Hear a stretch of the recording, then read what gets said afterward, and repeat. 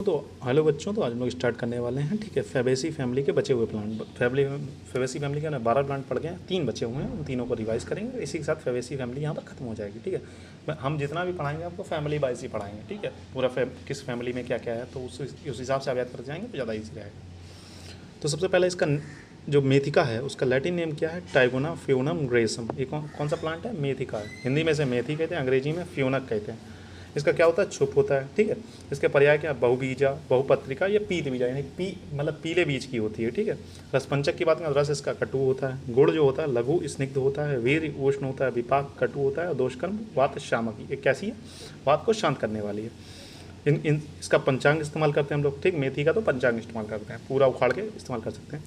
मात्रा चूर्ण की 1 से 3 ग्राम इस्तेमाल करते हैं। रासायनिक संगठन क्या? विटामिन कर सकते हैं, मिनरल्स कर सकते हैं, प्रोटीन्स और स्थिर तेल इसमें पाए जाते हैं। ठीक है, फिक्स्ड ऑयल जिन्हें कहते हैं।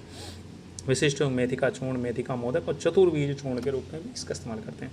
कौन कौन सी बीमारी में इसका प्रयोग करते हैं? वात शाम वाले वात रोगों में, वातानुलोमन में, अंग मर्द प्रशमन, यानी कहीं शरीर में दर्द वगैरह हो रहा है तो वहाँ पर इस्तेमाल कर सकते हैं। गर्भाशय संकोचक यानी कि कॉन्ट्रैक्शन कराने में। ठीक है, शूल प्रशमन और स्तन्य जनन मतलब मिल्क प्रोडक्शन के लिए भी काफ़ी अच्छा है। यष्टि मधु ग्लाइसिरीजा ग्लार्वा। ठीक है, इसका लैटिन नेम हो गया। इसकी फैमिली कौन सी? फेबेसी फैमिली है।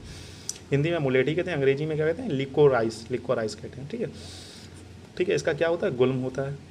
इसके पर्याय क्या है? मधुक है, मधुयष्टि है, क्लीतक है। ठीक है, रसपंचक की बात करें तो ऊपर वाले का रसपंचक किस तरीके से कहते हैं? केकेयू। बता दिया आपको केकेयू किस तरीके से बना है? रस, विपाक और वीर्य। केकेयू।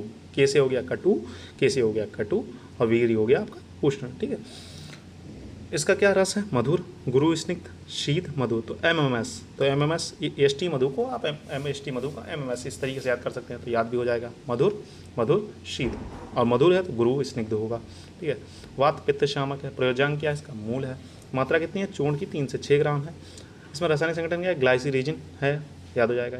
एसटी मधु आदि चूर्ण, एसटी आदि क्वाद, एसटी मधु तेल के रूप में इस्तेमाल करते हैं। शुक्रल है, केश है, दाह शामक है, विष है और छर्दी रोगों में इसका इस्तेमाल करते हैं। ठीक, खदीर अकेशिया कटेचू या कैसिया कैशू कहते हैं। ठीक है, हिंदी में से खैर कहते हैं, अंग्रेजी में खैर ट्री के नाम से ना।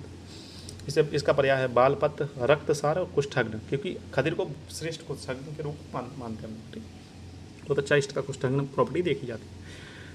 इसका जो TKS करके इसे याद करना है। TKS का रिलेशन क्या है? रस क्या है इसका? तिक्त है। विपाक क्या है इसका? कटु है।